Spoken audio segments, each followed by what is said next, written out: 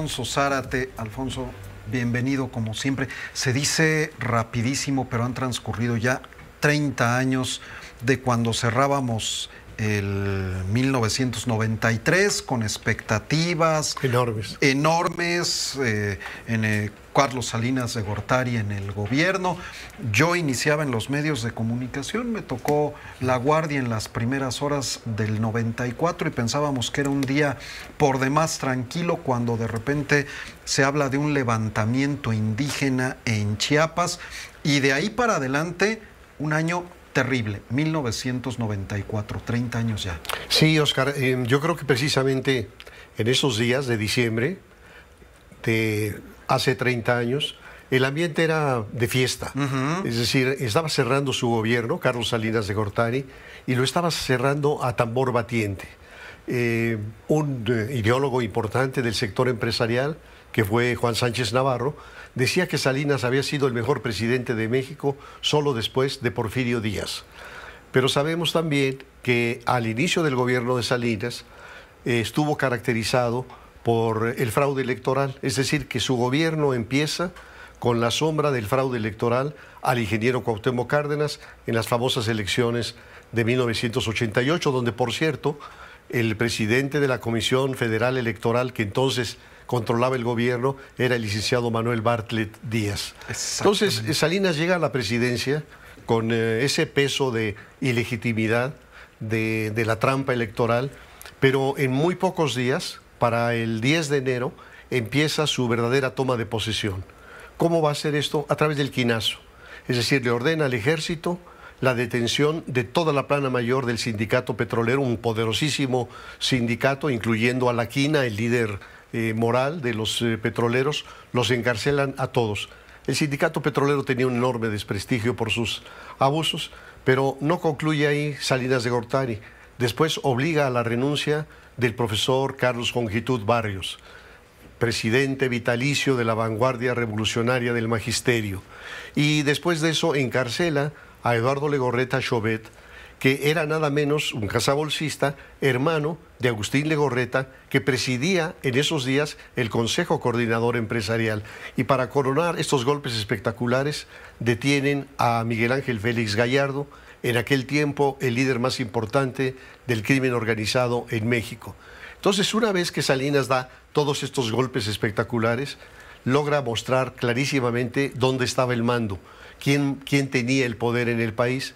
Y con esa fuerza y con esa legitimidad, no de origen, sino por ejercicio público, empieza una serie de transformaciones muy importantes. Los constitucionalistas dicen que una constitución se define por ciertos principios políticos fundamentales. Es decir, que la Constitución de 1917 que nos rige podría ser nada más una puesta al día de la vieja Constitución de 1857. Pero decimos que es una nueva Constitución porque tocó el tema de educación, el tema del campo, el tema de las expropiaciones, es decir, principios políticos fundamentales. Bueno, Salinas tocó todos esos. Tocó el tercero, educación, tocó el 130 de las relaciones del Estado con las iglesias, el 27 el campo, el 82 los requisitos para ser presidente de la República, es decir, una transformación muy importante. Y no se quedó en eso, sino que con él alcanza su clímax el neoliberalismo. Entonces es un proceso de privatización de empresas desde las grandes corporaciones, la joya de la corona, Teléfonos de México, pero también la cadena de hoteles El Presidente, pero también los bancos. Entonces es un proceso de remate de los bienes públicos que le genera también una relación de, digamos, de complicidad con los grandes intereses económicos que se benefician por todo esto.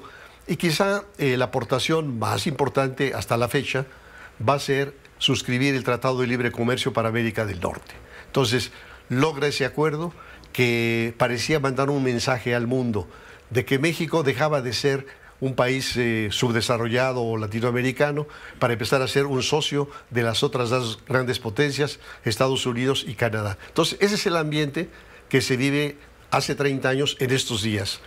Y de repente, el 1 de enero de 1994, el día en que entraba en vigor el TLC, justamente, irrumpe el ejército zapatista, una rebelión indígena conducida por un mestizo, el subcomandante Marcos, Sebastián Guillén Vicente, y esa rebelión lo que le dice al gobierno, lo que le dice a Salinas, pero lo que le dice al mundo es: no es cierto que México sea un país ingresando a la modernidad.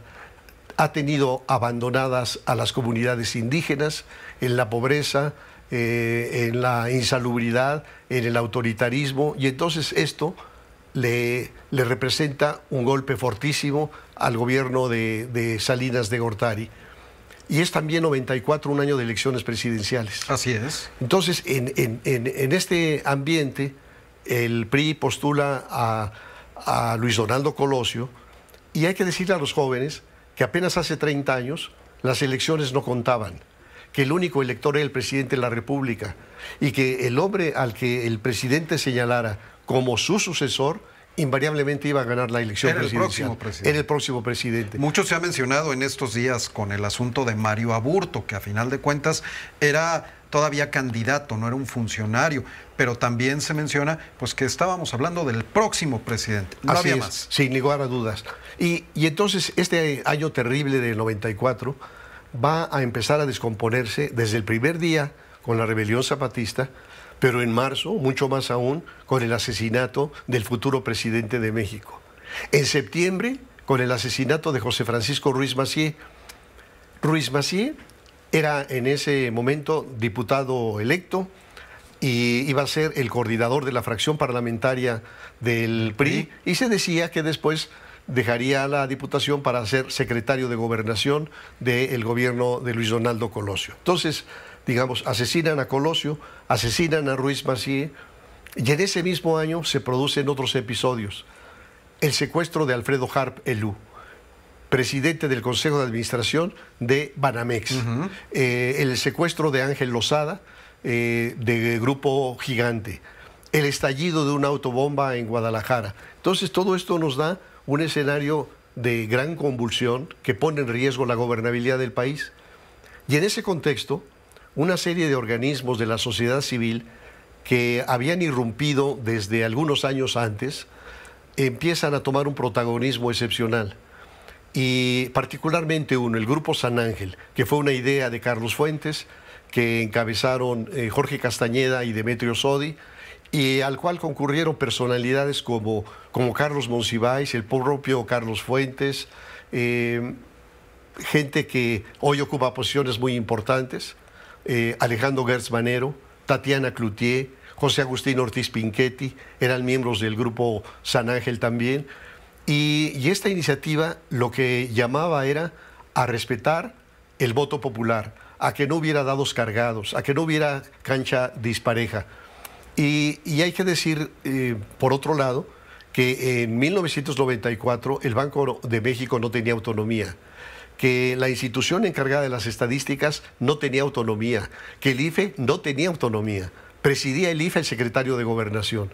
Entonces va a ser un año muy dramático, de grande convulsión social, pero al propio tiempo un año en donde el despertar de la sociedad civil va a reclamarle al gobierno que empiece a abrir espacios democráticos, que el IFE sea un IFE ciudadano, que Banco de México sea autónomo, que lo que más adelante se creó el INEGI, etcétera. Entonces va a ser un año de grandes realizaciones democráticas, y concluiría, Óscar, diciendo que hoy en estas elecciones, curiosamente, existe ya el riesgo de que muchas de esas instituciones que se consolidaron a lo largo de 3 décadas se pongan en riesgo. Esa es la gran significación de lo que, en mi opinión, empezará este lunes con el 30 aniversario de 1994. ¿Cuántas cosas van a surgir en los recuerdos? El levantamiento zapatista, aquellas frases contundentes del subcomandante Marcos: se muere más rápido de un balazo que morirse de hambre, todo lo que ocurrió con este movimiento, cuando se nombró a Luis Donaldo Colosio candidato y comenzaban los rumores de que él no iba a llegar a la presidencia, y mucho se hablaba de que podía ser por el estado de salud de Diana Laura Rioja, su esposa, y a final de cuentas, pues asesinado en Lomas Taurinas. El conflicto con Manuel Camacho Solís, que después terminó como comisionado para la paz. Y ahí estaba Marcelo Ebrard como brazo derecho de Manuel Camacho. Claro, era exactamente su mano derecha, inseparables. Y bueno, cuántas cosas no van a surgir en los próximos meses con motivo de este 30 aniversario. Ya los iremos recordando. Qué gran colaboración, como siempre, maestro. Muchas gracias, Oscar. Un gusto enorme. Un gusto enorme. Y felicidades. Feliz año. Gracias por este año de colaboraciones y feliz 2024.